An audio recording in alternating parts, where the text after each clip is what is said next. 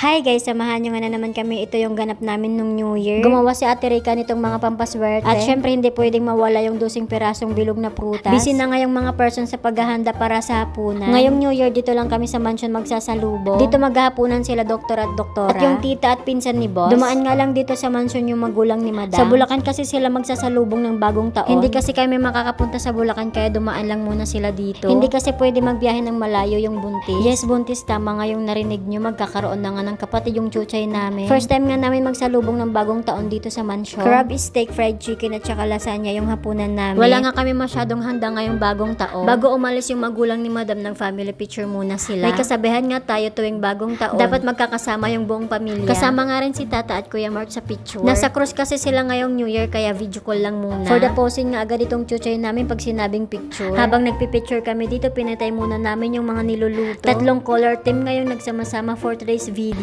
Happy New Year everyone! Pagkatapos ng picture-picture, umalis na yung magulang ni madam. Ay hindi pa pala, nagpahabol pa nga itong mami ni madam na magpa-picture silang dalawa ni Chuchay. Maya-maya luto na yung ibang pagkain, kumain na sila. Dito lang sila doktora naghapunan, pagkatapos nga maghapunan umuwi na sila. Mahihirapan kasi sila kung mamaya pa sila uuwi. Nakakatakot kasi yung mga paputok sa daan. Nung naluto na yung fried chicken, kumain na rin kami. Kain tayo guys. Oy, ikaw nanonood, baka hindi ka pa naka-follow sa page namin, baka naman please follow po Team Chuchay Vlogs. Maraming salamat. Maraming salamat din sa pag-gift. Nagulat talaga kami ni Ate Rica na may natanggap kaming regalo. Thank you baby Stacy. Thank you rin kay Mami Kim mo at kay Daddy Chief mo. First time namin makatanggap ng regalo sa mga followers namin. Sa mga ibang followers dyan, baka naman kahit hindi Pasko, char.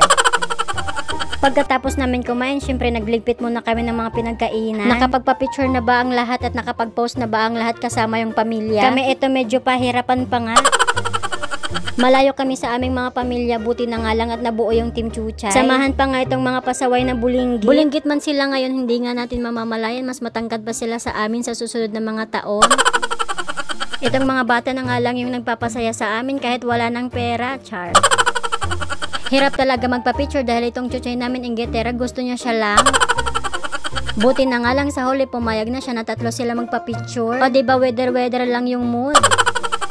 Ito ngayong bagong taon na hindi kumpleto yung Team Chuchay. Pero okay lang yan, basta happy yung New Year natin. Hindi nga pwede na wala tayong group picture ngayong bagong taon kahit hindi kumpleto. Ay sana all naka iPhone 10, char. Same color nga kami ng mga damit kanina, kaso si Chuchay nalagyan ng chocolate yung damit niya kaya nagbihis na siya. Post kayo dyan, pak, Chuchay Waki. Happy New Year din sa mga pamilya namin na nasa probinsya. Lalong-lalo na sa mga anak ko, ilang birthday, ilang Pasko at New Year na hindi ko sila nakasama. Kaming 5 nga lang yung nandito, ang ingay namin dahil itong Chuchay namin nangaasar.